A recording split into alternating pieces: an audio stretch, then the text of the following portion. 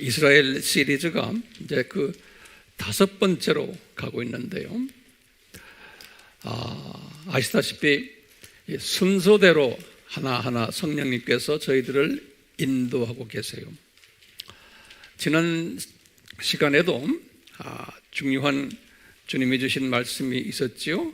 왜 아브라함을 가나안으로 보내셔야만 하는가라는 이 주제를 가지고 우리가 말씀을 서로 상고했는데, 오늘은 왜 아브라함과 그 자손에게 가나안을 주겠다고 약속이 아니고 언약하셨나요?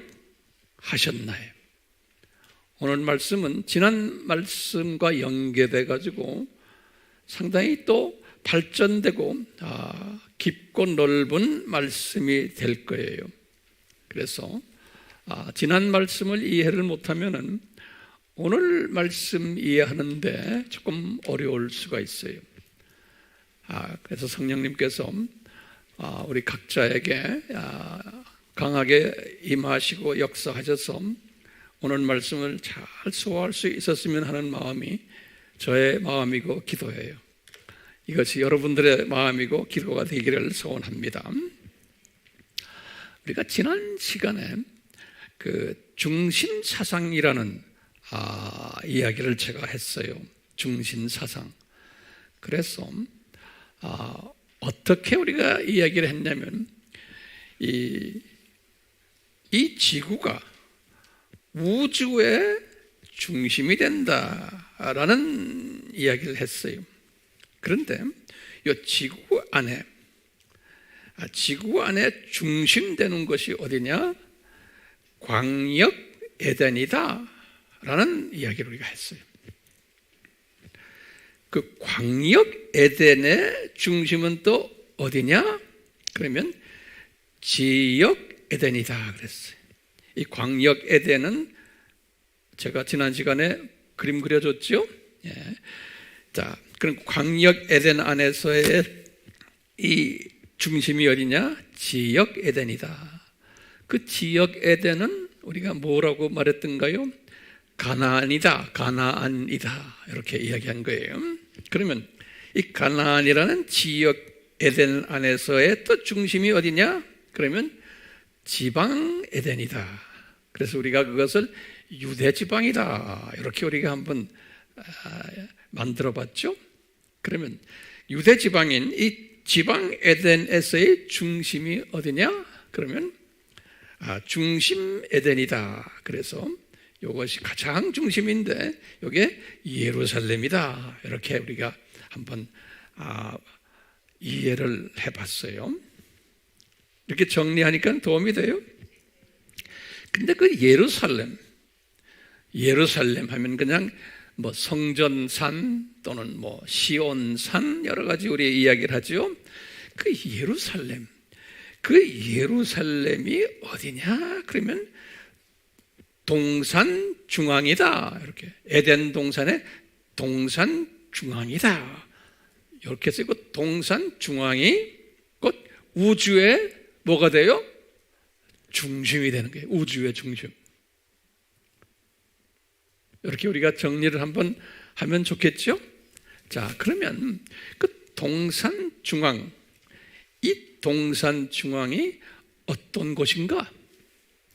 여기에 대해서 우리가 지난 시간에 공부를 했어요. 그것을 제가 다시 한번 칠판에다가 적어놨어요. 이 동산 중앙은 중앙 에덴인데, 요거 이제 잘 우리가 정리를 해서 머릿속에 다 기억하시는 게 좋아요. 보니까 살렘 왕 멜기세덱이 계셨던 것이다. 이렇게 요것이 동산 중앙이에요. 그러니까 예수님이 계셨던 것이다. 이렇게 이제 생각하시면 되겠어요. 그 다음에 거기에서 예수님이 아담을 창조하셨던 곳이다. 이렇게요. 그리고는 아담이 그곳에서 살았던 곳이다.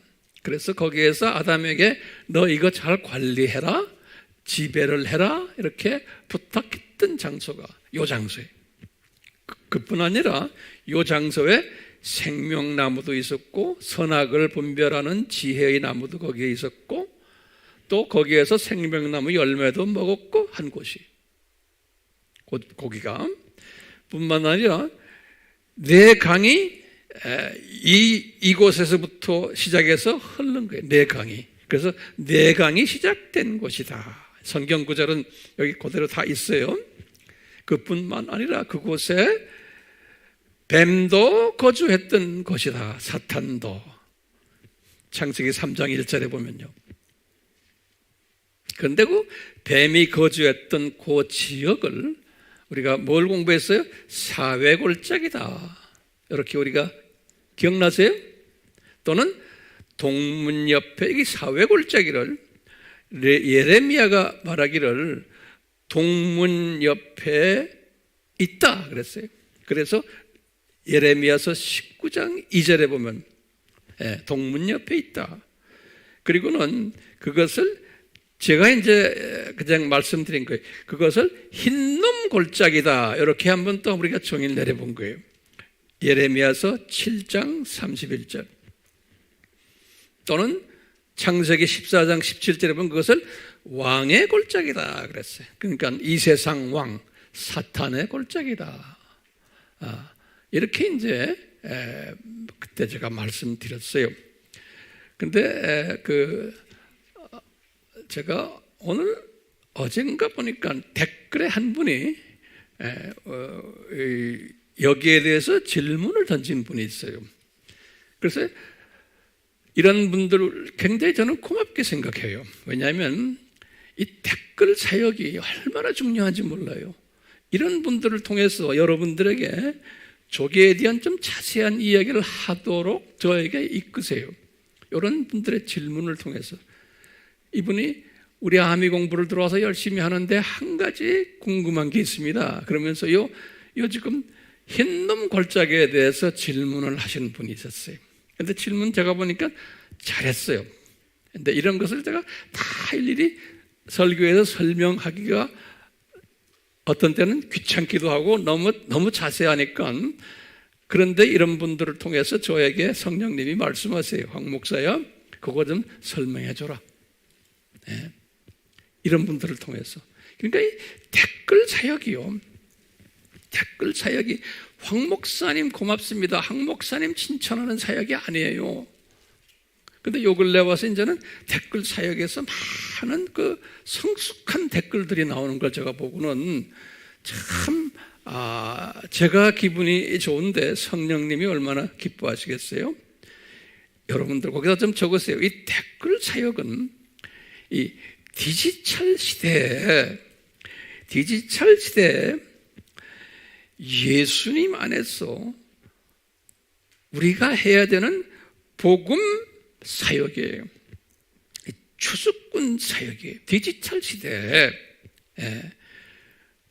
감사하게도 우리 이 접속에 들어오는 사람들을 상대로 우리가 나에 가지고 있는 성령님이 주시는 메시지를 나누는 일을 하는 아주 선교지예요. 거기가. 그것을 우리가 이것을 최대한으로 사용해야 돼요. 이 댓글이라는 게 이제는요, 예수님 안에서예요. 예수님 밖에서 댓글하는 사람들은 세상 프로그램들이에요. 예수님 안에서, 복음 안에서 우리는요, 마지막 때 추수꾼으로 그 댓글, 그것이 뭐냐면 교제의 장이에요. 하나님의 자녀들끼리. 그러니까 같은 사상을 가진 사람들이, 같은 은사를 가진 사람들이, 같은 믿음의 분량 가진 사람들이 교제하는 장소고, 또 우리보다 조금 좀 우리의 도움이 필요한 사람들에게 전도를 하는 장소예요. 거기가 뿐만 아니라 혼돈스러운 사람들에게 정돈시켜주는 장소예요. 그걸 제가 하는 게 아니고 여러분들이 하는 거예요. 또 잠자고 있는 사람들을 깨워주는 장소예요. 거기가요. 이 디지털 시대에 또요, 격려가 필요한 사람들에게 격려해주는 장소예요. 어떤 분이 정말 멋있게 댓글을 달았어요. 정말 어떤 한 분이 질문을 던진 거에 대해서 대답을 잘했어요. 그러면 막 달라붙어가지고 그 대답 잘한 사람들을 격려해주고 칭찬해줘야 돼요. 막 달라붙어가지고 제가 말하는 얘기가 좀 소리 지릅니다. 그런데 그것이 아직은 우리가 좀 부족해. 그냥 나만 이해하고 그걸로 끝났는데 그게 그 안에 지금 운동장에 그 안에서 힘받는 장소고요. 그 안에서 나의 의문점이 해결받는 장소고요.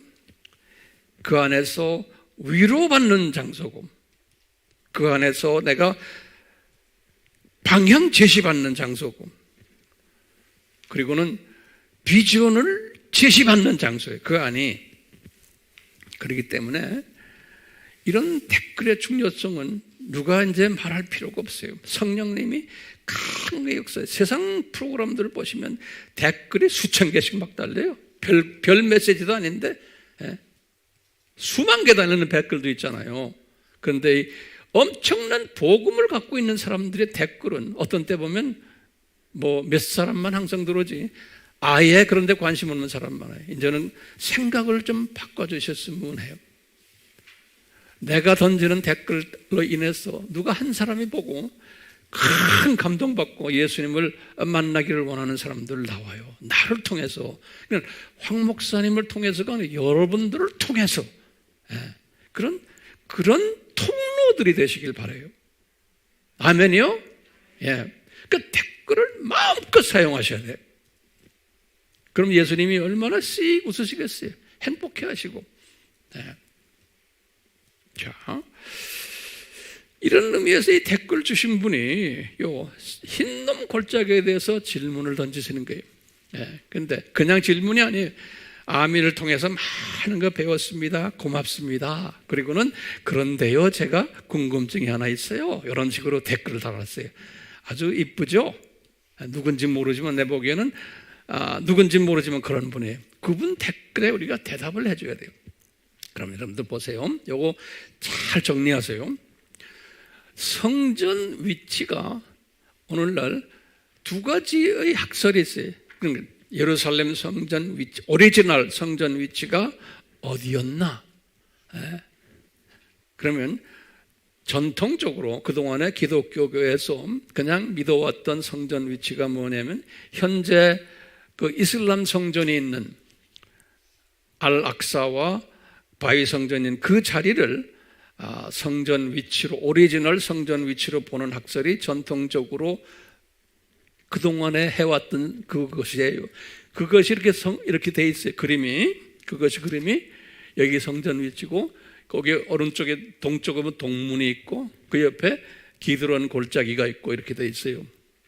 그런데 이 성서 지리학자들이 흰놈 골짜기는 요 남쪽이에요. 요 남쪽. 여기 흰놈 골짜기가요. 여기 요 남쪽에 있어요. 지도를 이분이 그러는 거예요. 제가 여러분들에게 설명할 때 요 사회 골짜기가 여기 있다고 그랬죠? 기억나세요? 왜냐하면 저는 어떻게 생각했냐면 동문에서 나와서 동문 옆이라고 그랬어요. 성서에 보면요, 동문 옆이라고 제가 써놨죠, 어디에? 동문 옆이기 때문에 여기로 본 거예요. 저기 보면 레위기 예레미야 19장 2절에 보면요. 여기를 사회 골짜기와 흰놈 골짜기가 같다라고 보면서 할 때 흰놈 골짜기가 어디에 있냐면 동문 건너편에 있다가 동문 옆에 있다고 그랬어요. 어디에요? 레위기야 19장 2절에. 자, 같다라고 생각할 때요. 그러면 이게 어떻게 된가? 그분이 질문해. 제가 지도를 보니까 목사님 흰놈 골짜기가 이 밑에 있는데요. 그러는 거예요. 아주 예리하게 잘 보신 거예요. 제 말 따라오세요? 그러면 뭐냐면요, 이 오리지널 성전 위치가 지금요, 이곳이 아니다라고 보는 학설이 요새 점점 더 이제 강해지고 있어요. 지금 현재의 이슬람 성전이 있는 자리가 아니다. 제가 예전에도 말씀드렸죠. 그래서 요새 와서는 많은 그 전문가들이나 또 뭐 일반 사람들도 마찬가지예요. 이 지금 현재 있는 이 언덕에서 밑으로 내려와서 여기 요것이 지금 요놈이에요. 요놈이 여기에서 내려와서 흰놈 골짜기가 이렇게 있고 그 밑에 다윗시티가 다윗성이 있는데 이 지역이 오리지널 성전 지었던 곳이라 보고는 학설이 지배적이에요. 오늘날은요. 여기가 그러니까 이것이 지금 현재는 지진이 나가도 없어져 버렸어요. 그런데 요 자리가 저도 요 자리로 보고 있어요. 자, 요 자리에 성전이 있었다면 요 자리에 여기에 동문이 있는 거예요. 동문이 있으면서 거기 올라가면 여기 흰놈 골짜기에 있는 거예요. 흰놈 골짜기는 다윗성 북쪽에 있어요. 그리고 여기에 기드론 골짜기가 이렇게 있고. 그러니까 이 흰놈 골짜기를 사회 골짜기와 같다라고 생각할 때는 이 학설 가지고 하면은 이해가 되는 거예요. 제 말 들었어요? 한번 손 들어보세요. 이해가 되면. 제가 궁금해요. 오케이, 됐어요. 네. 우리 이제 지금 이 프로그램을 그 질문한 그분도 지금 보고 계실 거예요. 누군지는 모르지만. 네. 그러니까 이런 댓글 질문이 이렇게 중요한 일을 하고 있는 거예요. 왜 이렇게 얼굴들이 심각해요? 얼굴 보이지도 않지만 마스크 썼기 때문에. 자, 계속해요. 동산 중앙이 이렇게 사탄이 거주했던 곳이다. 이렇게 쭉 한 다음에 계속해서 이 동산 중앙이 요 지금 15가지 굉장히 중요하니까요. 요거 오늘 잘 정리합시다. 동산 중앙이 또 어떤 것이냐면 아담이 타락했던 장소예요. 우리 알다시피 거기에서 아담이 타락했기 때문에 이 동산 중앙에서 그러면 우리 랭귀지를 보면요 창조 목적이 위배된 장소예요. 그 자리가 그렇죠? 그뿐 아니라 창조 목적 학교가 개설이 되고 개교되었던 장소예요. 그 자리가 창조 목적 학교가 재밌죠? 그렇게 보면요. 그 다음에 나중에 그 자리에서 예수님이 십자가에서 죽으셨던 자리예요. 대속의 죽음했던 자리고 거기에 예루살렘 성전이 올라앉았던 자리고 나중에 아브라함은 이런 것도 다 모르시면서 그냥 이삭을 바치라고 그러니까 이삭을 바쳤던 장소예요. 모리아산에. 거기 모리아산이죠. 거기가요. 그 다음에 예수님이 거기에서 나중에 십자가에 박히셨다가 부활까지 하신 장소예요. 뿐만 아니라 예수님이 나중에 승천했죠. 그 바로 옆에 감난산에서 승천했어요. 사도행전 1장 11절에 보면. 여기 보면 감남산이 여기 있거든요. 여기 감남산. 여기요. 이 위쪽은 겟세마네 동산이고요. 여기 감남산이 여기 있거든요. 감남산. 그 예수님이 감남산에서 승천하시고는 나중에 예수님께서 그 천사가 뭐라고 했냐면 사도행전 1장 11절에 너희들 예수님이 재림하실 때 요 모습으로 요 자리에 끌고 오겠다는 거예요. 그러니까 예수님이 요 감남산 여기에서 예수님이 재림하신다는 거 이제 스가랴 14장 4절에 보면 정확하게 나와요. 스가랴 14장 4절에 보면 예수님이 재림을 하시는데 감남산에서 감남산. 근데 감남산에 내려오셔서 요 감남산에 내려오셔가지고 동문을 통해서 동문을 통해서 성전으로 들어가신다고. 이게 제3성전이에요. 예. 그 여기 보면 동문을 통해서 들어가신다는 그 말씀이 여기에 에스겔서 43장 4절에서 5절에 보면 나와요. 예수님이 그러니까 이 학설하고 이 학설 중에서 어느 학설이 더 우리 마음에 들어요? 이 밑에 학설이죠? 예, 이 학설이 더 마음에 드는 거예요. 예. 그래서 이분이 질문을 던졌기 때문에 제가 이 설명을 지금 하게 됐어요. 그러니까 얼마나 감사해요, 이분한테. 성령님이 그렇게 하세요. 성령님께서 이런 사람들을 통해서 나에게 말하게 하는 거예요. 황 목사야, 설명해라. 그거. 자, 그러니까 이게 지금 몇 가지입니까? 15가지로 제가 한번 해봤어요. 그러니까 이 15가지가요, 창세 전에 이미 저는 디자인이 됐던 거라 우리가 이렇게 알고 있으면 돼요. 이 창세 전에 디자인된 것을 이 아브라함 때 이것을 다시 한번 성취하는 이것, 이 스토리가 지금 아브라함 스토리예요. 여기 지금 내가 여기 좀 봤지만요, 요 지금 우리 다 아는 거지만 요 아브라함 하면은 요 창조 목적 학교에서 초등학년 때 여기 아담 타락에서 노아까지를 우리가 유치원이다. 노아에서 아브라함까지를 초등학년이다. 제가 여러 번 이야기했어요. 오늘은 이 부분을 우리가 조금 깊이 다룰 거예요. 그 다음에 중등학년이다. 다윗까지가 이제 이렇게 해서 쭉 나오잖아요. 자, 지금 우리가 지금 아브라함을 다루고 있는데 초등학년 끝나고 이제 중등학년 들어가는 요때 기간을 우리가 지금 다루고 있는 거예요.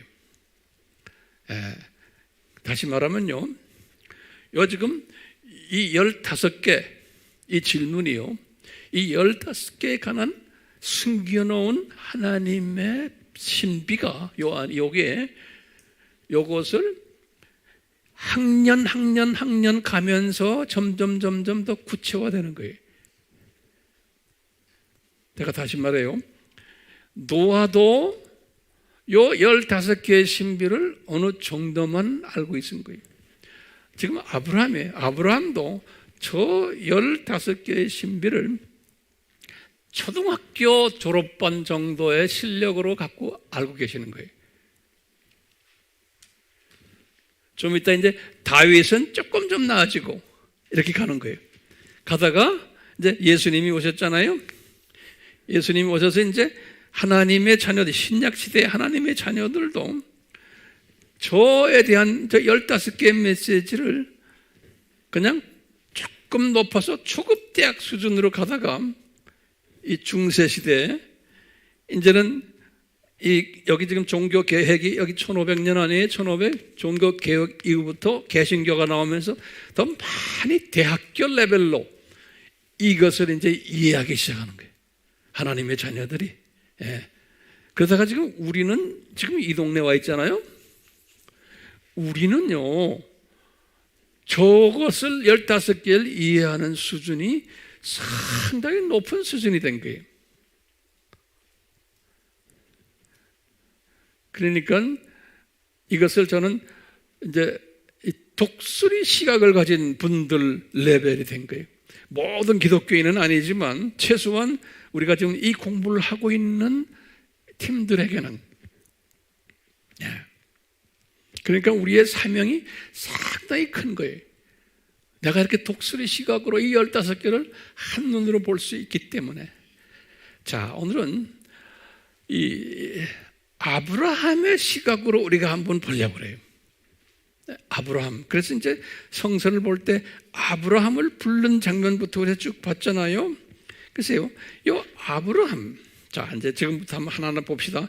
아브라함이 이 조교 팀장으로 하나님의 백성들에게 이 15가지의 신비를 이분들이 띄는 거예요. 언제부터 띄느요? 아브라함 때부터 시작을 해서 띄는 거예요. 이 5개를 보여주기 위해서. 근데 요 시대마다 수준이 달라요. 가면서 더 발전되는 수준이. 그래서 하나님의 자녀들, 학생들이, 창조 목적 학교의 학생들이 이것을, 이 15가지를 이해하기 위해서 이스라엘 사람들을 사용하셔가지고 연극 무대에서, 역사 무대에서 뛰게 하는 거예요. 그래서 그것이 구약 스토리고 또 신약도 계속해서 이제 그런 식으로 나가는 거예요.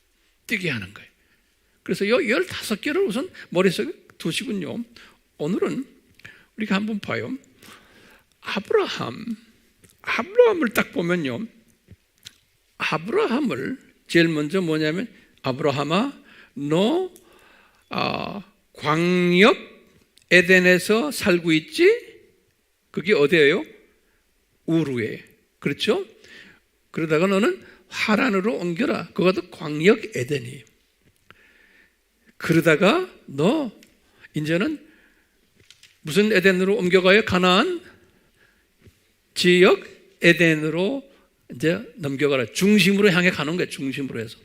그래서 이분이 지역으로 내려왔어요. 그래서 쉐겜에 있다가 밑으로 지금 베델에 내려왔어요. 그건 지방 에덴이. 지방 에덴이 유대 지방이거든요. 그래서 베델에서 더 내려와서 헤브론이에요. 헤브론도 유대 지방이에요. 그래서 이제 거기서 있다가 이분이요. 헤브론에서 오래 살았어요. 지금부터 잘 들으세요. 헤브론에서 오래 살았는데 이분을 예루살렘에 가서 정착하지 않도록 했어요. 신기하게도요. 지금 목적은 예루살렘에 가서 정착하는 거예요. 그러니까 오리지널 에덴 장소에 거기 가서 정착해야 되는데 이분은 예루살렘에는 정착하지 않게 하시고는 잠깐 방문하게 했어요. 거기를 2번 방문하게 했어요. 이분이 헤브론에 살면서 첫 번째 방문이 뭐예요? 이분이 중동 전쟁이 일어났을 때 노획물을 가지고 내려오면서 잠깐 거기에 방문했을 때 누가 제일 먼저 나타났어요? 소돔 왕의 사탄이 제일 먼저 나타난 거예요. 그렇기 때문에 이 북쪽에서 내려오기 때문에 요 지금 흰놈 골짜기 사회 골짜기가 이 위에 있어야 되는 거예요. 제일 먼저 만났기 때문에 이분이 그렇죠? 그리고 사회 골짜기에서 만났다가 그 다음에 두 번째 거기에서 만나서 또 누구하고 만나요? 멜기세덱 살렘 왕이죠. 살렘 왕은 이쪽에 계신 분 아니에요. 예, 여기 오리지널 오리지널 그 장소에 계신 곳이기 때문에 그래서 사탄 있는 곳이 조금 북쪽이고 거기서 좀 더 내려와서 아주 센터로 내려가서 잠깐 만난 거예요. 그러니까 아브라함이 잠깐 이 살렘에 도착한 거예요. 잠깐 이 에덴 동산에. 그렇지만 그 당시에 아담 때의 에덴 동산은 아니죠. 왜냐하면 이미 타락된, 이미 변형된 장소이기 때문에. 그렇죠? 우리 그냥 에덴 동산 위치가 거기다라고 우리 짐작하는 거지 에덴 동산에 내린 건 아니잖아요. 제 말 잘 소화하세요? 예. 하여튼 거기에 딱 도착한 거예요. 예. 그리고 그게 첫 번째 잠깐 방문한 거예요. 두 번째 방문이 어디예요?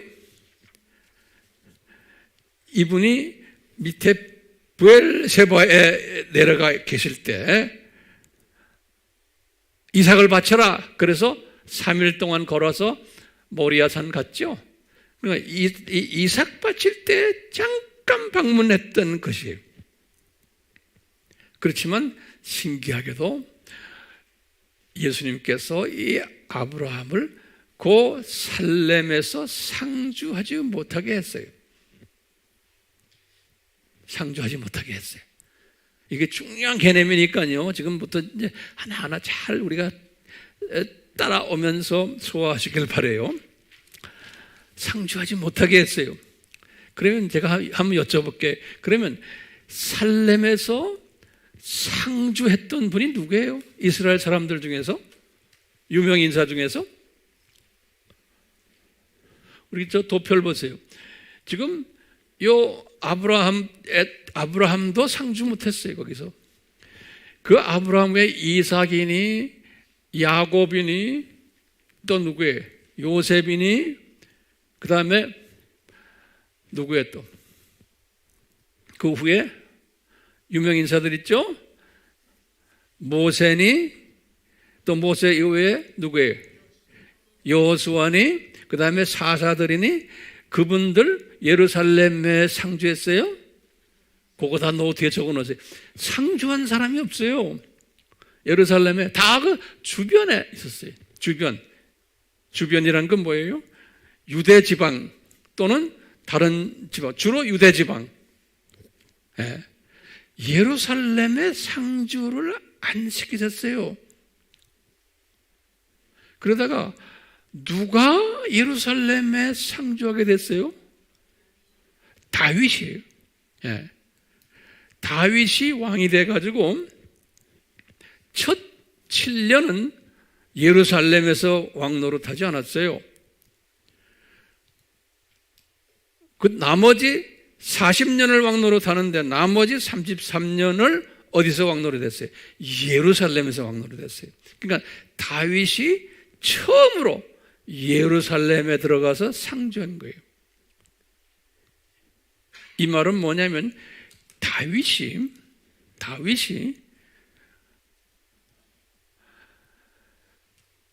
40년 왕 노릇할 때 첫 7년은 이분은 유대 지방만 관리했던 왕이었어요. 그런데 그 후에 예루살렘에 가가지고 어떻게 됐어요? 위에 북이스라엘, 북쪽까지 전체를 다 관리했던 왕이 다윗이에요. 그러니까 가나안 땅 전체를 다 완전히 자기 것을 만든 분이 다윗 왕이에요. 그러면서 이분이 그 살렘에서 이제 통치한 거예요. 그럼 보세요. 이 아브라함에게 언약을 할 때 여기 유명한 창세기 15장 18절이 아브라함에게 뭐라 그러냐면 아브라함아 내가 하라는 건 예수님이에요. 예수님이 이 땅을 하면 무슨 땅이에요? 지금 가나안 땅을 이야기하는 거예요. 가나안 땅도 아주 정확하게 예수님 말씀. 애굽에서부터 시작해서 이 애굽 이 남쪽 이 동네에서부터 큰 강 유브라데 강이 이 동네거든요. 여기 이 지역을 이거 가나안이 이것을 네 자손에게 주었으니 보면요 원어를 딱 들여다보면 영어 성경도 정확하게 돼 있어요.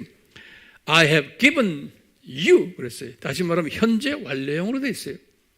현재 완료형은 뭐예요? 현재 완료형의 뜻은 과거에 줬는데 지금도 소유하고 있다는 거예요. 계속성이에요. 근데 앞으로도 계속 소유할 거라는 거예요. 예. 근데 한국말 가지고는 이게 분명치가 않아요. 예를 들면 아브라함아 내가 헤브론에 있을 때 이 엄청난 이 지역을 저 북쪽 무슨 강이에요? 유브라데 강부터 애굽에 있는 강 이 지역을 다시 말하면 가나안 땅이에요. 이 가나안 땅을 내가 네 자손에게 이미 주었다 그런 거예요. I have given. 그럼 이게 무슨 뜻일까요? 주었다 하는 거예요. 주었다. 이건 뭐예요? 창세전에 이미 주도록 디자인되어 있다는 거예요. 네. 이것을 아브라함과의 계약이다 그러는 거예요. 그러니까 저 가나안 저 땅을 내가 너한테 주었다는 거예요. 네. 자, 그러면서 우리가 잠깐 봐요. 우리가요, 이분이 헤브론에 있으면서요, 예, 거기서 이제 상주하면서 지금 이 메시지를 지금 받기 전 이야기를 제가 먼저 할게요. 헤브론에 상주하면서 이분이 누굽니까? 아브라함이에요. 그러면서 이분이 생활이 아주 안정되었다라고 보여요. 그 말을 적어서 아주 안정된 삶을 살았어요.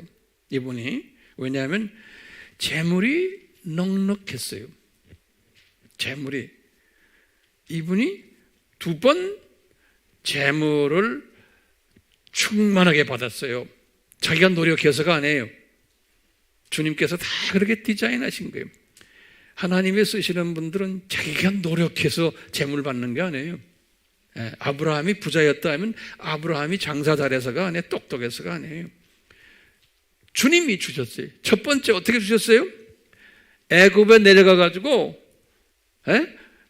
이 애굽 자기 와이프가 이쁜 와이프를 만났기 때문에 애굽 바로 왕이 재물을 엄청나게 줬어요. 창세기 12장 10절에서부터 20절에 보면요. 그 재물을 가지고 이미 부자가 됐는데 이분이 헤브론에 있을 때 또 중동 전쟁이 2번 일어났어요. 중동 전쟁을 해가지고 하나님이 예수님이 이분을 위해서 싸워주셨어요.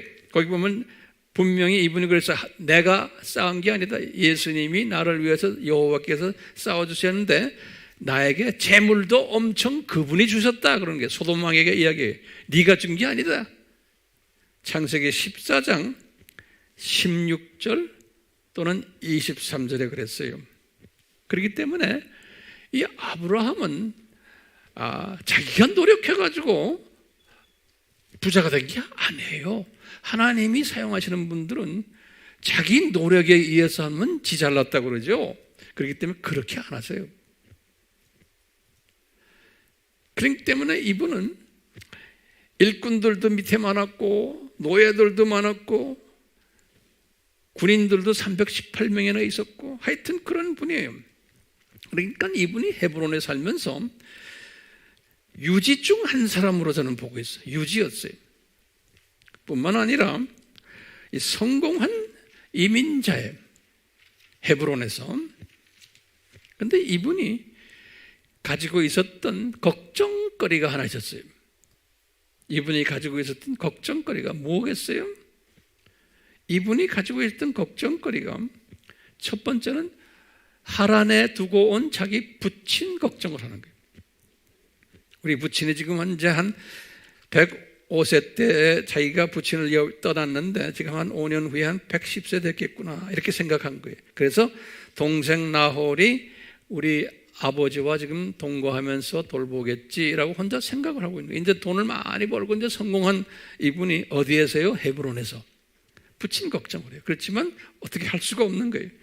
두 번째는 조카도 그동안에 걱정했는데 조카는 자기가 재물을 많이 줘가지고 이제는 완전히 딴 살림을 차렸어요.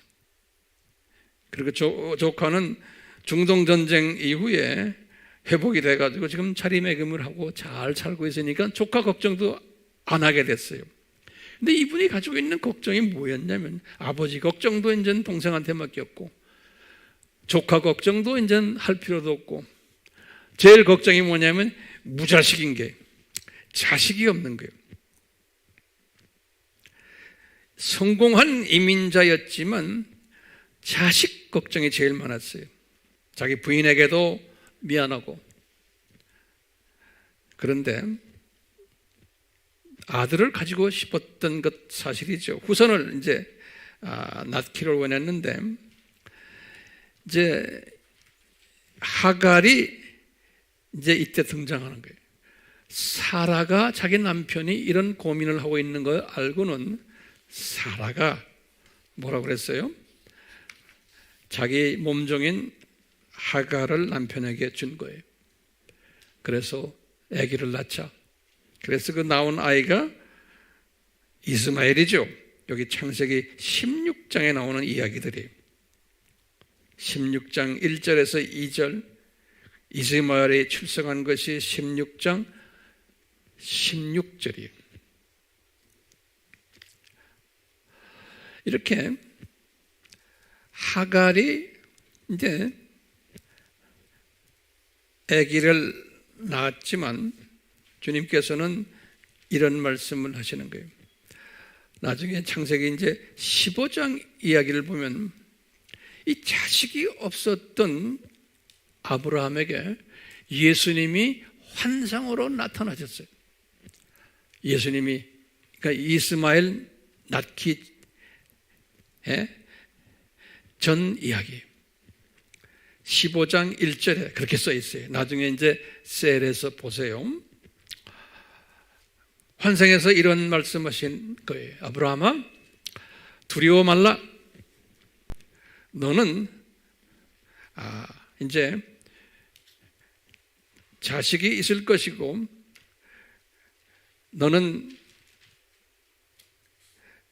예수님이 나는 너의 방패가 되고 너는 나의 지극히 큰 상이 될 것이다. 이건 뭐냐면 이제 자식을 통해서 이야기해요. 그러니까 아브라함이 저 자식 없습니다. 그러는 거예요. 이제 15장 이제 2절에서 이야기하는 거예요. 그러니까 이분이 그러는 게 제가 지금 다마스커에서 태어난 내 청지기 하는 내 모든 것을 잘 뒷바라지하는 엘리에셀이라는 사람 있지 않습니까? 그러는 거예요. 그 엘리에셀, 이 엘리에셀을 나의 소위 말하면 나의 후계자로, 나의 상속자로 하면 어떻습니까? 이런 제안을 해요. 15장 3절에 그러니까 예수님이 뭐라고 그러냐면 네 상속자는 네 몸에서 나올 사람이다. 사라의 몸에서 나올 사람이라는 거예요. 15장 4절에 그렇게 말씀하세요. 그러면서 놀랄게도 이 말씀을 딱 하시고는 15장 5절에 우리 예수님께서 아브라함에게 그러는 거예요. 아브라함아, 잠깐 좀 밖으로 나와봐라. 그러면서 밖으로 이렇게 나가니까 하늘을 봐라. 거기에 별들이 많지? 네 후손이 이렇게 많을 거라는 거예요. 네 후손이. 근데 신기하게도 지금 15장 6절에 뭐라고 써놨냐면 아브라함이 이 약속을 믿었더라 그랬어요. 그리고는 그것 때문에 의인이 되었다라는 말씀을 하셨어요. 그러시면서 이런 말을 던지세요. 예수님이 뭐라고 그러냐면 아브라함아, 내가 너를 이 갈대와 우르에서 불러서 여기까지 데려온 이유가 뭔지 아느냐? 그러는 거예요. 이 가나안 땅을 유업으로 상속으로 주기 위해서다 그러는 거예요. 이 가나안 땅을. 그러면서 지금부터 잘 들으세요. 조금 어려울 수도 있어요. 그래서 제가 그런 지금 자꾸 생각하는 게 어떻게 하면 단순하게 내가 여러분들에게 설명할까? 그러니까 뭐예요? 예수님이 지금 아브라함에게 뭐라고 그래요? 지금 헤브론에서요. 너를 고향에서 갈대와 우르에서 뽑아내서 여기까지 온 이유가 뭐냐면 이 땅이 뭡니까? 가나안 땅. 이 땅을 내가 너와 네 후손들에게 상속으로 유업으로 주기 위해서 그렇다라는 거예요. 그러면서 아브라함이 질문하는 거예요. 그렇다면은 내가 이렇게 상속받을 자임을 어떻게 알 수 있습니까? 라고 질문하는 거예요. 똑똑하죠? 따지는 거예요. 15장 8절에. 그러니까 이제 그 유명한 대답을 예수님이 하시는 거예요. 그 유명한 대답이 굉장히 중요한 대답이에요. 이제 뭐라고 그러시냐면 예수님이 얘야, 나를 위해서, 예수님을 위해서 제물을 준비해라. 그런 거예요. 제물을. 그래가지고는 3년 된 암소 하나. 다 3년이에요. 3년 된 암염소 하나. 또 3년 된 숫양 하나, 그 다음에 산비둘기, 집비둘기 새끼, 산비둘기 하나, 집비둘기 새끼 하나를 취해라. 그러는 거예요. 이게 다 15장 9절에 나오는 말씀이에요. 다 예수님을 직접 간접으로 상징하는 이야기들이죠. 그래가지고 이 모든 동물들을 절반으로 쪼개라 그러는 거예요. 그래서 절반으로 쪼개가지고 서로 마주보게 하라 그러는 거예요. 그래서 이제 이렇게 해놓으니까 갑자기 솔개가 덤벼드는 거예요. 솔개는 사탄을 상징하죠. 솔개가 덤벼들어서 이 사체 위에 내리고 있는 거예요. 그러니까 아브라함이 이 솔개를 쫓았더라 그랬어요. 왜냐하면 이 중요한 아브라함과의 지금 언약을 하는 과정 속에서의 제물인데 사탄이 와서 방해를 했죠. 자, 그러면서 이제 해 질 때 이제 이렇게 해놓고 지금 쪼개놓고 이제 있는데 해가 졌어요. 아브라함이 깊은 잠에 빠지도록 하셨어요. 흑암의 공포가 있었다 그랬어요. 15장 12절에 이런 가운데 예수님이 아브라함에게 나타나신 거예요. 다시 그래갖고 예언해 주시는 거예요. 기가 막힌 예언, 우리가 잘 아는 예언이에요. 뭐라고 그러냐면 아브라함아, 네 씨가 장차 다른 나라의 타국에 가서 섬길 텐데 400년 동안 섬기다가 거기에서 괴롭힘을 당하고 그것 때문에 그 민족을 내가, 너를 괴롭히는 민족을 내가 심판할 터인데 그 심판 때문에 네 민족이, 네 씨들이 거기에서 나올 거라는 거예요. 근데 나올 때 큰 재물들을 가지고 나올 거라는 거예요. 다시 말하면 4대 만에 나오는데 어디로 나오냐? 이 가나안 땅으로 나온다는 거예요. 그러니까 이 가나안 땅을 너에게 줬다는 그 이야기는 뭐냐면 네가 앞으로 네 후손들이 앞으로 한 400~500년 동안 하는 행동들을 보면은 알 거라는 거예요. 예? 그러면서 이 땅은 네 땅이라는 거예요. 그러니까 아브라함이 그 당시에 세상에, 이게 이분의 입장에서는 이게 기가 막힌 말이에요. 왜? 400년, 500년 후 이야기를 지금 자기한테 해주는 거예요. 이렇게 말씀하시고는 이곳으로 네가 돌아올 터인데 네가 지금 이렇게 재물 갖다 놨지? 그 재물들 다 이렇게 절반씩 잘라놨지? 거기에 그냥 횃불이 팍 떨어지면서 이 쪼갠 이 재물 사이를 샥 지나가는 거예요. 이 하나님이, 예수님이 아브라함과 언약을 했다는 증표로 이렇게 한 거예요. 그래서 그 유명한 지금 창세기 15장 18절에 이것을 뭐냐면 아브라함과의 언약이다 그러는 거예요. 요 18절이 굉장히 중요한데 그 18절이 요 말씀인 거예요. 요 말씀이 뭐예요? 내가 이 땅을 애굽에서부터 큰 강 유브라데까지 내 씨 자손에게 주었으니, 내가 주었다는 거예요. 주었으니 했는데 우리가 이제 쉽게 말하면 언제 주셨나? 창세전에 주셨는데 실제로 가지는 것은 언제예요? 언제 가져요? 세상에. 적어도 400년 후에, 적어도. 자, 지금 이 언약이 성취되려면 제가 볼 때는 세 가지의 조건이 해결돼야 돼요. 그 당시 아브라함에게는 이 언약이, 지금 이 아브라함과의 계약이 첫 번째 조건이 뭐냐?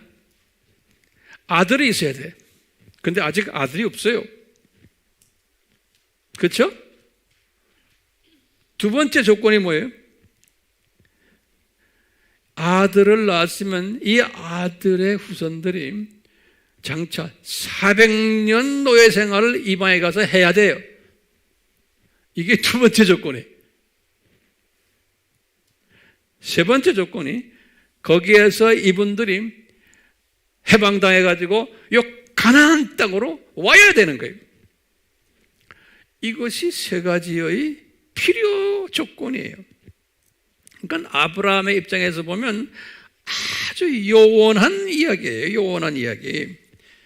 그러니까 아브라함이 볼 때, 내가 볼 때 그분의 그 쭉 창세기 그분의 스토리를 보면 이렇게 계약을 하고 이 계약이 그분의 입장에서 보면 현실성이 없는 거예요. 그러니까 이분이 별로 관심을 보여주지 않았던 것을 우리가 발견하게 돼요. 네. 그렇기 때문에요. 이제 이게 15장 이야기거든요. 그럼 이제 16장에 들어가서 이 모든 모습들을 사라가 아마 알았던 것 같아요. 그래서 이제 사라가 자기 남편한테 여보 그러지 말고 우리 아들 하나 낳자. 그래서 하가를 자기 몸종을 주셨던 거예요. 그때가 아브라함이 85세 때였다 그랬어요. 다시 말하면 가나안에 들어가서 10년 됐을 때. 네. 사라가 몇 살이었겠네요? 75세 때. 여기 창세기 16장 1절에서 2절에 그랬어요. 그러면서 이제 하가를 통해서 이스마엘이 나오는 거예요. 16장 16절에. 그리고는 이제 17장으로 들어가는 거예요. 그 다음 장에. 아브라함이 99세 되었을 때, 이제 그 다음에, 그때 예수님이 아브라함에게 나타나셔서 뭐라고 그러냐면, 그 17장 유명한 장이에요. 아브라함이 99세 됐을 때, 얘야, 이제 내가 너하고 또 언약을 맺을 터인데, 너는 열국의 아비가 된단다. 그래서 이름을 아브라함으로 바꿔라. 17장 4절에 그러고요. 네 마누라 사라도 열국의 어머니가 되기 때문에 사레에서 사라로 바꿔라. 17장 15절에 그러네요. 그리고는 내가 이제 사라가 1년 후에 아기가 태어나게 하겠다. 그 아기 이름을 이삭이라 해라. 17장 16절에서 19절에 그랬어요. 그 말씀대로 정확하게 1년 후에 아브라함이 100세 되었을 때, 사라가 90세 되었을 때 이삭이 출생한 거예요. 창세기 21장 2절, 5절 그러면서 요 이삭을 통해서 이제 이 일들이 벌어질 거라는 거예요. 그러니까 요 지금 아브라함과의 연에서 이 네시 할 때 여기 이스마엘이 아니고 이삭을 통해서 이삭 라인으로 아브라함의 씨가 연결이 된다는 거예요. 창세기 21장 12절에 이렇게 말씀하셨어요. 예. 그러면서 이제 네 자손들이 400년 노예 생활하다가 다시 이제 돌아와서 이 가나안 땅을 너희들에게 이제 주겠다는 거예요. 여기까지가 오늘 말씀의 서론이. 그렇지만 서론이면서 배경이. 네, 이제 우리 심각한 질문이 있어요. 지금부터. 도대체 이 가나안, 지금부터 잘 들으세요. 도대체 이 가나안 땅이 지금 그 당시에 아브라함이 살고 있었던 가나안 땅, 아담 타락 후에 또 노아 홍수 이후에, 아담 타락 이후에 가나안 땅이 변해버렸고, 노아 홍수 이후에도 변해버렸고, 지금 이때, 그렇죠? 그때의 가나안 땅은 정말 볼품이 없었어요. 가나안 땅은 지금 이 오리지널 동산 중앙이 볼품 없이 되어버린 거예요. 예. 이 변형됐잖아요. 그러니까 알다시피 그 가나안 땅을 어떻게 만들어놨어요? 그 당시에 아브라함이 살 때도 그랬지만 거의 불모지 같았어요. 그 가나안 땅이 험준한 광야고 사막이 대부분이고 기후도 낮과 밤에 일교차가 많고 날씨 덥고 물도 귀하고 경작하기 힘든 땅이 거의 불모지며 사람이 살기 힘든 땅이 이제 가나안 땅이 대단한 땅이 아니에요. 예. 근데 거기에 돌아오겠다는데요. 아브라함의 입장에서 보면 그렇잖아요. 뭘 그 대단한 땅도 아닌데. 예? 그러면요, 지금부터 보세요. 도대체 아브라함 하면 지금 이 창조 목적 학교에 뭡니까? 조교 팀장이에요. 조교 팀장과 그 팀원들이 너희들을 통해서 이 가나안 땅을 내가 줄 텐데, 도대체 이 가나안 땅은 지금 그 당시의 가나안 땅에, 이 가나안 땅은 지금 무언가, 옛날 오리지널 동산 중앙 이 동네가 아닌 거예요. 오리지널 지금 에덴의 지역 에덴도 아니고 지방 에덴도 아닌 거예요. 그러면 이 변질된 살기 힘든 불모지 가나안 땅, 왜 이것을 주기를 원하시는가요? 예. 왜 이것을 주기를 원하시는가? 이 가나안 땅은 무언가? 그러시면서 가나안 땅을 영성화시키는 거예요. 그때부터 가나안 땅을. 이 가나안 땅은 뭔지 아느냐? 그것을 이제 유치원 레벨 때는 가나안 땅이 뭔지를 몰랐어요. 초등학교 졸업할 때 아브라함에게 말씀하셨지만 아브라함도 그건 가나안 땅의 영적 의미를 몰랐어요. 가면서 조금씩 알게 되는데요. 이제 우리는 이것을 이제 알고 있는 거예요. 우리는 가나안 땅이 뭐예요? 가나안 땅은 이 세상이다. 그런 거예요. 이 세상. 다시 말하면 지구본이다. 이 지구, 가나안 땅, 이 세상에. 예. 그랬어요. 이 400년 노예의 삶을 주시는 것은 뭐예요? 하나님의 자녀들이 애굽이라는 이 세상에, 또 조그만 이 세상에, 애굽이라는 이 세상에 던졌다가 하나님의 선택된 자녀들이, 다시 말하면 지금 이스라엘 사람들 가지고 이야기하면서 이스라엘 사람들의 역사 속에서 하나님의 자녀들, 학생들의 삶을 보여주는 거예요. 그래서 애굽에 보냈다가 400년 노예 생활을 했다가 다시 6월절 어린 양 예수님의 피 공로로 구원받는 사건을 그림자로 보여주는 거예요. 구원받아가지고 이 구원받은 하나님의 자녀들이 어디로 들어가야 돼요? 구원받는 하나님의 자녀들이 어디로 들어가야 돼요? 가나안으로 들어가야 돼요. 그래서 이 가나안을 조금씩 점령을 해야 돼요. 구원받은 하나님의 자녀들이. 그런데 구원받은 하나님의 자녀들인데 40년 광야 생활을 하는 거예요. 다시 말하면 이 세상을, 지구를 점령하는 일을 못하고 가나안으로 들어가서 뭐 하냐면 광야 생활을 하는 모습을 보여준 거예요. 이게 이제 일반 구원받은 기독교인들 이야기하는 거예요.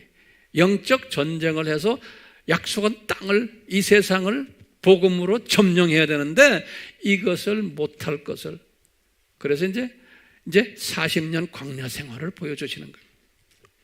보여주시고는 이제 애굽 물을 들지 않은 거기서 태어난 2세들을 통해서 가나안으로 들어가서 이제 가나안을 여호수아의 지도하에 이제 점령하고 땅 따먹기 시작하는 거예요. 다시 말하면 이제 제가 이제 다음에 기회 있을 때 더 자세히 이야기하겠지만 이제 신약 시대에 이분들이 요단강을 건넜다는 것은 뭐냐면요, 이 오순절 다락방 사건을 이야기해요. 요단강을 건넜다는 거요.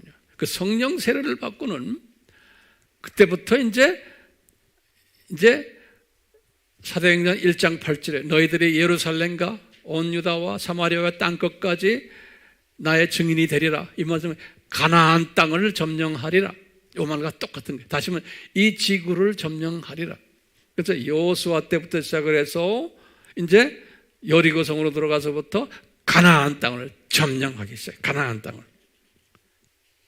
그렇기 때문에 이 가나안 땅은 뭐라고 그랬어요? 한마디로 말하면 가나안 땅은 이 세상, 이 지구다. 이 가나안 땅에 누가 주인으로 있어요? 가나안 사람들이 있는 거예요. 그러니까 가나안 사람들은 누구의 예표예요? 사탄의 자녀들이 이 땅을 지배하고 있는 땅이에요. 이 세상을 지배하고 있는 게 사탄의 자녀들이. 이 사탄의 자녀들이 지배하는 이 세상에 하나님의 자녀들이 들어가가지고 땅을 뺏어오는 일이, 약속의 땅을. 그러니까 하나님의 자녀들, 이게 선교적인 차원에서요. 그래서 숫자가 하나님의 자녀들은 훨씬 적어요. 이렇게 해서 땅을 따서 언제 이 땅 전체를 다 점령해요? 언제요? 다윗 때 점령한 거예요. 다윗 때 점령한 거예요. 그렇기 때문에요, 이 다윗 왕이 이 가나안 땅 아래 위를 다 점령을 한 왕이에요. 그래서 그 다윗은 누구의 상징이에요? 예수님의 상징이에요. 그렇기 때문에요, 이 다윗이 이 가나안을 다 점령했다는 것은 우리가 지금 세계 복음화를 해서 이 모든 이 세계가 이 세상이 복음화가 되면은 다윗이 나타났다는 것은 예수님의 초림을 이야기하는 게 아니고 예수님의 재림을 이야기하는 거예요. 이 세상 복음화가 다 되면은 예수님이 재림에 오신다는 거예요. 이 그림을, 이 가나안 땅을 내가 너에게 준다는 그것을 해서 이렇게 보여주시는 거예요. 어려워요? 이제 여기에 대해서 우리가 더 자세히 다음에 또 이제 기회 있을 때 이제 공부하겠지만, 어느 정도 됐어요? 됐죠? 네. 자, 그런데 신기한 게,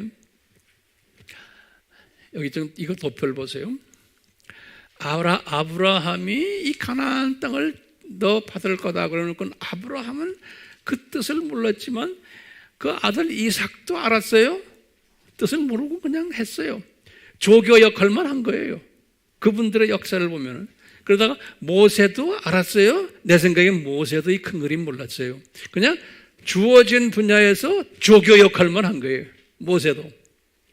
쭉 하다가 이제 나중에 사울 왕, 다윗 왕 됐을 때 이것을 다 이제 점령한 거예요. 자, 그렇지만 다윗 왕이 이것을 알았을까요? 이 신비를? 내 생각엔 다윗도 몰랐어요. 다윗도 고작 해야 중학교 3학년 정도의 영적 수준으로 저 그림을 그냥 이해했던 거예요. 다윗도. 그러다가 다윗 이후에 이제 솔로몬부터 시작해서 또 남북이 갈라지고 또 하면서 이게 다 뭡니까? 창조 목적대로 살지 않음으로 해서 또 하나님의 자녀들이 고생하는 것을 또 이때부터 가르쳐 주는 거예요.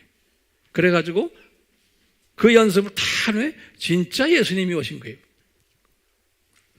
자, 예수님이 진짜 오셨을 때 예수님은 다 알고 계셨지만 유대인들이, 이스라엘 사람들이 그것을 알았을까요? 이 비밀을 모르고는 이 사람들은 각자가 주어진 자기네의 은사대로, 자기네의 사명대로 그냥 뛰기만 한 사람들이, 무대 위에서 뛰기만 한 사람들이. 누구를 위해서요? 저나 여러분들을 위해서. 그런데요, 이 신약 시대에 들어와서 기독교인들이지만 이 무대에서 구약 시대에 이 사람들이 뛰었던 것을 보고도 그것을 제대로 소화했을까요? 못했어요. 그냥 부분적으로만 알고 있었어요. 왜냐하면 이게 아직도 초급대학 수준이에요. 그러다가 동서교회가 분리되고 나중에 이제 이 대학 시절에 들어가서 이제부터 이제 종교 개혁이 있고 하면서 예수님이 재림 가까이서는 이때면 우리가 대학교 졸업반이에요. 우리가 지금 대학교 졸업반이 되면서 이렇게 황 목사에게도 주님이 이 큰 그림을 이렇게 이해하도록 저에게도 이렇게 보여주는 거예요. 그것을 제가 여러분들에게 지금 나누는 것뿐이에요. 제가 깨달은 것을. 그러면서 지금이 어느 때예요? 예수님이 이제 재림이 가까울 때인데 이 가나안 땅이 완전히 점령되겠어요? 어느 정도는 점령이 될 거예요. 이 세계복음화가 어느 정도는 되지만 아직 가나안 땅이 완전히 되려면은 이 예수님이 마지막 학교가 이제 폐하고는 예수님이 이제는 됐다. 이 학교가 폐교될 때예요. 요때 가서 이제 완전히 점령이 될 거예요. 가나안 땅에. 다시 말하면 세계 복음화가 여기에서 이제 마칠 거예요. 그러면서 학교가 폐교가 되는 거예요. 학교가 폐교되는 거예요. 이 큰 그림을 아브라함에게 주셨지만 아브라함은 이 큰 그림을 보지를 못했어요. 똑같이 모세도, 다윗도, 솔로몬도, 그 모든 사사, 다 유명 인사들 이걸 보지 못하고 예수님은 다 알고 계셨지만 예수님이 디자인이니까요. 예수님이 그것을 그릇에 맞춰서 가르쳐줬지 사도 바울도 이 큰 그림을 내가 볼 때는 보지를 못했던 것 같아요. 사도 바울도. 그분이라고 해서 다 가르쳐주면 안 되니까요. 왜? 사도 바울 때가 언제냐면 초급대학 때. 우리가 미적분을 공부하려면은, 그래도 대학교 수학과 적어도 대학 공부는 끝내야지만 미적분을 어느 정도 알잖아요. 대학원까지 가야 되고 그걸 가지고 많은 또 응용 수학을 하려면요. 그렇기 때문에 제가 이걸 깨달으면서 뭐냐면요. 이 조교팀장과 조교팀들의 특징들이 있어요. 그거 좀 적어보세요. 이분들의 특징이 뭐냐면 큰 그림을 보지를 못했다. 두 번째는 자기에게 주어진 일만 했다. 세 번째는 자기에게 보여준 것만 보았다. 네 번째는 그 안에서 최선을 다하도록 인도하셨다.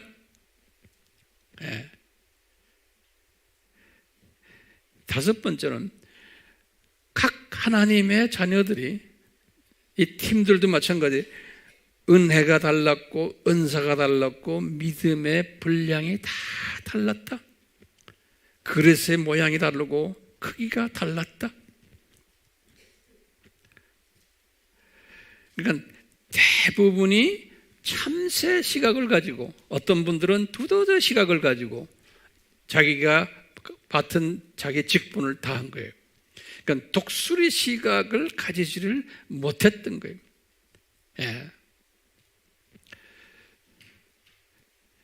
그러니까 여섯 번째로 이들의 잘잘못이 아니다.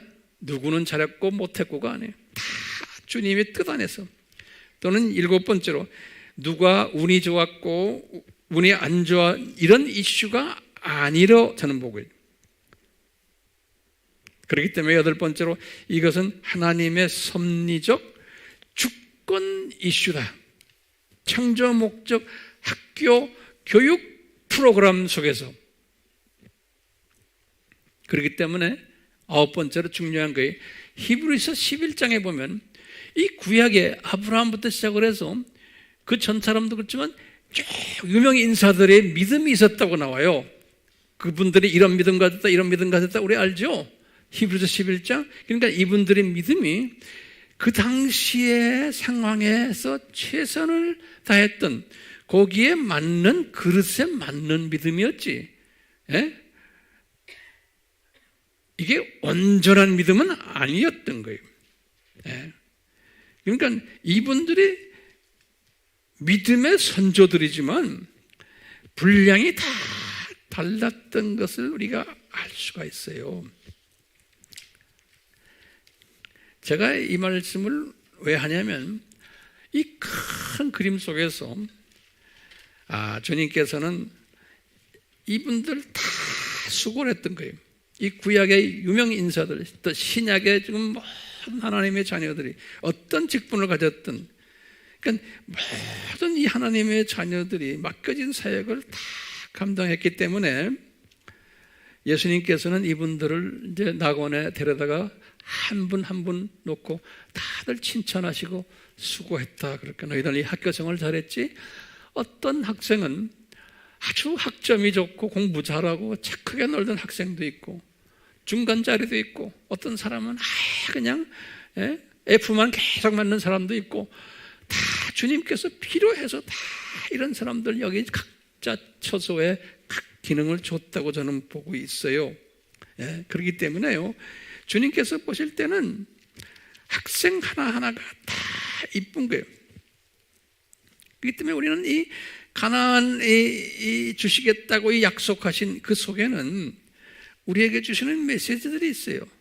우리가 학생으로서 이분들의 이것을 어떻게 이 15개 이것을 완전히 알지는 못하면서 이것을 이루는 일에 조그마한 일들을 해왔던 이런 사람들을 보면서 우리가 주님의 큰 그림 속에서 이런 일들을 하는 사람들이 우리의 입장에서 보면은 저 사람은 왜 저렇지 저 사람은 왜 저렇지 하지만 예수님의 입장에서는 다 보면 수고했다 이렇게 보는 거예요. 수고했다 이렇게 큰 예수님의 입장에서 볼 때 저는 그래요. 우리가 하나님의 자녀들이지만 각자가 맡은 일을 하는 하나님의 자녀들이구나. 우리는 이 세상에 와서 잠깐 이 훈련을 받다 가는데 이런 큰 독수리 시각으로서 우리 하나님의 자녀들을 볼 때 한 분 한 분 열심히 주님 섬기는 분도 이쁘고 중간짜리도 이쁘고 아예 깽판지는 사람도 이쁘고 다 이쁜 거예요. 왜? 전부 다 공부 잘하면 이게 무슨 의미가 있어요? 전부 다 선교 잘하면 무슨 의미가 있어요? 못하는 사람도 있고 안 하는 사람이 있어야지만 하는 사람이 빛이 나는 거예요. 내가 이걸 깨달았어요. 그러니까 문제는 뭐냐면 주님 내가 같은 값이면은 잘하는 사람 팀에 들어오도록 좀 은혜 주십시오. 그러기 위해서 지금 우리 이 공부하는 건 아니에요. 이 공부 안 해도 다 하나님의 자녀들이 필요 없어요. 알 필요가 없어요. 아는 사람은 이 독수리 시각을 가지고 더 넓게 세상을 보고 하나님의 자녀들을 그렇게 보라는 거예요. 그게 누구의 마음이에요? 그게 예수님의 마음인 거예요. 그러니까 우리가 예수님의 마음을 본받는 사람은 오늘 지금 이 가나안 스토리를 보면서 앞으로 더 자세히 하겠지만 큰 그림 속에서 하나님이 이스라엘 사람들을 아브라함부터 시작해서 지금까지 별난 모양으로 다 지금 무대에서 뛰게 하시는구나. 별난 모양으로 누구를 위해서? 우리를 위해서. 이제 앞으로 더 자세히 우리가 이제 공부하게 될 거예요. 오늘은 이 별난 모양으로 다양하게 뛰는 모습들, 그리고는 신약 시대에 와서 하나님의 자녀들에게 다양한 사람들이 있다는 것을 우리가 이제 깨닫게 되고는 예수님이 그분들을 다 사랑했듯이, 왜냐하면 왜 예수님이 사랑해요? 그런 분들을 위해서 예수님이 보혈을 흘리셨잖아요. 나를 위해서만 흘린 게 아니잖아요. A 플러스 사람들만 위해서 보혈 흘린 게 아니잖아요. F 맞는 사람들을 위해서도 보혈 흘리셨거든요. T 맞는 말썽꾸러기를 위해서도. 근데 T 말썽꾸러기가 필요한 거예요. 그렇기 때문에 우리는 어떤 사람이 되어도 예수님의 마음을 가지면은 다 안아주고 사랑해주고 하는 그런 마음을 가지는 게 예수님의 마음을 가진 거로 저는 보고 있어요. 그래서 우리는 모든 사람을 그런 시각으로 보는 독수리 크리스천들 되기를 소원하면서 오늘 말씀 정리하겠습니다. 아멘? 예. 어려웠어요? 안 어려웠어요? 오 마이 갓, 진짜 실력 있네. 예, 우리 기도합시다. 이곳에 계신 예수님, 저희들 오늘 4000년 전에 예수님께서 아브라함을 부르셔서 가나안으로 데리고 가시고 헤브론에서 예수님이 그분에게 400년 노예 생활 이야기도 하시며, 그리고는 네 백성 네 씨가 앞으로 이 가나안 땅을 점령할 것이라는 말씀을 하시고는, 아브라함은 그때 이 말씀에 별로 관심도 없었고 그 후손들인 모세도 보면은 별로, 그러다가 때가 되어 다윗 때 이것을 이루었지만 다윗의 아들 솔로몬부터 또 잡생각을 하면서 여러 가지 불미스러운 일들을 저질렀던 이 모든 역사들을 보면서 주님, 저희들이 깨달음이 있습니다. 우리에게 지식 주시고 명철 주시고 지혜 주시고 영적 분별력을 주셔서 이제는 이 창조 목적 학기가 거의 끝나가는 대학원으로 들어가는 대학 졸업반 우리 학생들입니다. 주여, 저희들을 사용하셔서 예수님의 마음을 닮아가는 이러한 우수 학생들이 되도록 은혜 베풀어 주시옵소서. 예수님의 이름으로 기도드리옵나이다. 아멘.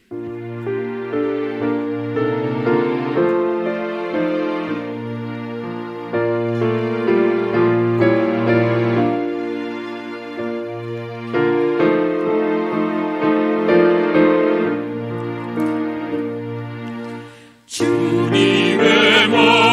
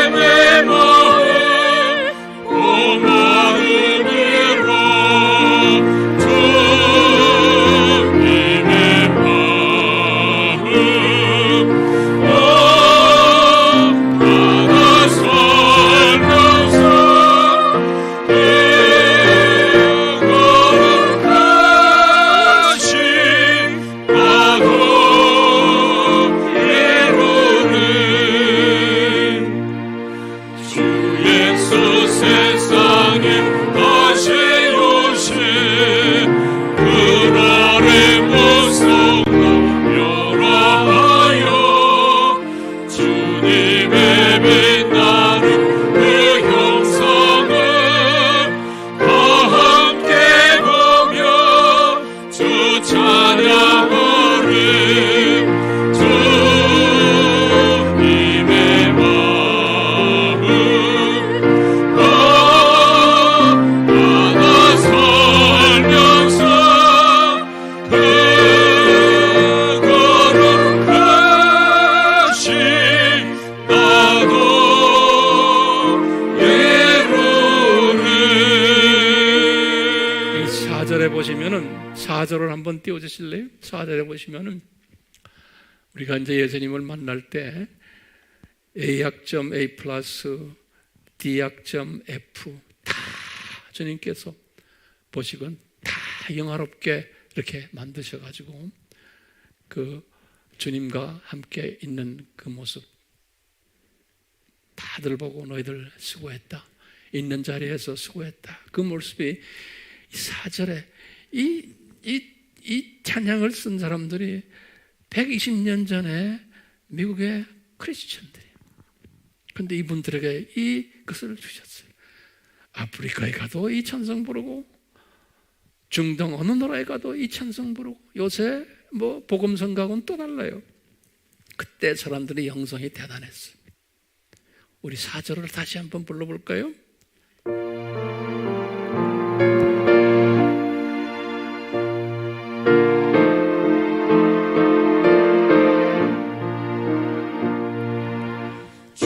예수 세상에 다시 오신 그날의 모성도 변화하여 주님의 빛나는 그 형상을 다 함께 보며 주 찬양하리. 주님의 마음 받아 살면서 그 거룩하신 나도 이루리. 우리가 종교다원주의를 믿지 않는 복음주의 크리스천들은 믿음이 크나 적으나 그 안에서 다 한 가족이고 이렇게 주님 앞에 가서 이 찬송을 우리가 부를 터인데 우리 가족 안에서 내 남편이 내 아들, 딸놈들이 지금 믿음이 없더라도 주님이 퍼펙트한 디자인 속에서 얘들을 내 남편을 이렇게 믿음 없게 만들었구나. 그렇지만 주님이 때가 되면 영화로운 이러한 빛난 얼굴을 가진 변화된 모습으로 주님이 만드시겠구나. 이 생각이 안 드세요? 예. 예수님이 분명히 말씀하셨어요. 네가 복음 받으면 네 가족들 다 내 장중에 있단다. 그러니까 믿음이 없는 남편이나 또 자기 부인이 있다면 꾸짖지 마시고 그냥 감사하게 생각하시고 그냥 같이 사세요. 지금 이 시간은 예수 그리스도의 무한하신 은혜와 하나님 아버지의 극진하신 사랑하심과 성령님의 끊임없이 깨닫게 하심과 순종케 하심이 우리의 삶을 지배하도록 항상 같이 해주시기를 예수님의 이름으로 축원하옵나이다. 아멘.